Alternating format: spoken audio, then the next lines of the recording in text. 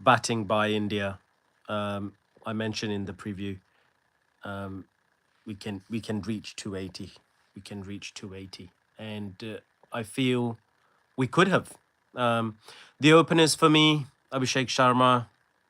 I think he was brought on to talk there. He got a half century, much needed. He needed to spend some time at the crease. He's not his confident self. He's not back. For those of us who know his batting. I don't know him personally, obviously. Who know his batting, who can understand a little bit of cricket. This is not him back on song. This is him looking to spend time at the crease, and he's done well. He's got a half century, but got out. Ishan Kishan the same. He's on form. You can see the touch. You can see how easily he's scoring. But yeah, he got out. And Samson, I think we've got a little bit of a problem there. Sanju can definitely play, but that's two innings that he's had against two African teams, two of the minnows, and he's not got past 20. Now, it's not bad. The best thing about this Indian team is that they score quickly. Everyone's around the 200 strike rate, which is fantastic. 150 strike rate, and going, at least looking for that 200 strike rate, which is brilliant. But so when they're not quite on song, or when they get out, it's not like they've taken the team down. They're still looking to attack, which is why we got over 250 runs, which has been brilliant. I still think that top order is not firing on all cylinders. We still have work to do, and yeah, that's a little bit of concern. But enough of the pessimism. The great news is the middle orders were fantastic. Pandya didn't take any time, went from ball one, and Tilak Verma, for me, who arguably played the most important knock, 44 off less than 20 balls, I think. It was brilliant, brilliant, brilliant knock. Scoring six, tongue out, a la Jordan, a la MJ, just scoring beautifully, freely. And I think he's probably found his berth in the middle order better, because that extra responsibility up top, and his striker is just not good with that newer ball. So that middle order's worked well, and I feel even if one of them had got out, the next person probably would have been Aksa Patel. Rinku Singh is not in this team. He's had to go out for compassionate leave, personal reasons. So that's fine. I think the batting middle order is fantastic towards down the order. That's fine. But that top order was still, for me, hit and miss, was still just not smooth. So there's still work to be done. But glad to see Abhishek Sharma get a half century.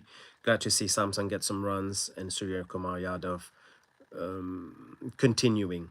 That puts Ishan Kishan and Yadav in the top 5 of most runs in this World Cup. That's good. And now the bowling is next. It also begs the question, why did Zimbabwe bowl first? Again, taking an absolute tonking. I must add, they did bowl well, but they didn't feel well. Two big drop catches. The running, even the fielding. There was one occasion where they completely missed the shot at the wickets, completely missed. So we got an additional run, and then they completely missed from that side. We got another run. So yeah, the fielding could have been much, much better. Couple of huge drop catches, which would have contributed to it. But yeah, I'm still not sure why they would have chosen to field first, and now they've got a mountain to climb on. From an Indian perspective, got to restrict Zimbabwe to 150 or less. I think 100-run win would, again, that's not, no disrespect to Zimbabwe, but that's what India's got to look to do. Whether they achieve it or not, it's yet to be seen. That's what we've got to see now in the second half, but that's what they've got to look to do. And I think, I personally think we'll get it. You know, India will do it. The bowlers who we have, Varun, Bumrah. Yeah, there's no reason why we don't restrict Zimbabwe to a total of, you know, 156 or less. That's what I'm hoping. At the very least, I think we should get them. We should get that 70-point mark, which is what we lost against South Africa. That's the minimum that we need to get against this Zimbabwean team. But I would say 100 runs should be the target. There's no reason why India can't bowl Zimbabwe out for 100, around 150. So the run chase coming up. We see the Zimbabwean players taking to the crease already, the two openers. And yeah, as I mentioned, this is in Chennai. So great to see the south of India hosting a World Cup match. It's always a great atmosphere, fantastic. We've seen the most number of sixes from an Indian team. Let's see if we see the same from Zimbabwe. Hope not from an Indian perspective. And who's going to take the first ball? Well, Sanju Samson is keeping wicket. We're going to see Ishan Kishan, obviously, in the field. And I believe it will be Bumrah who takes the ball. So let's see what he does. Going to be super exciting chase. So let's go. And I'll catch you guys later. But just to recap, Zimbabwe need 257 runs to win, which is at 12.85 runs per over. Huge order.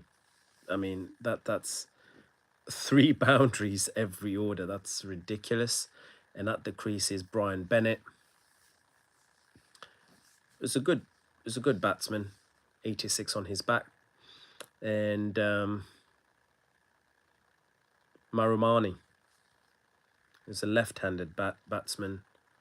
And it's going to be Arshdeep Singh who starts the over for India. Yeah, he's generally actually the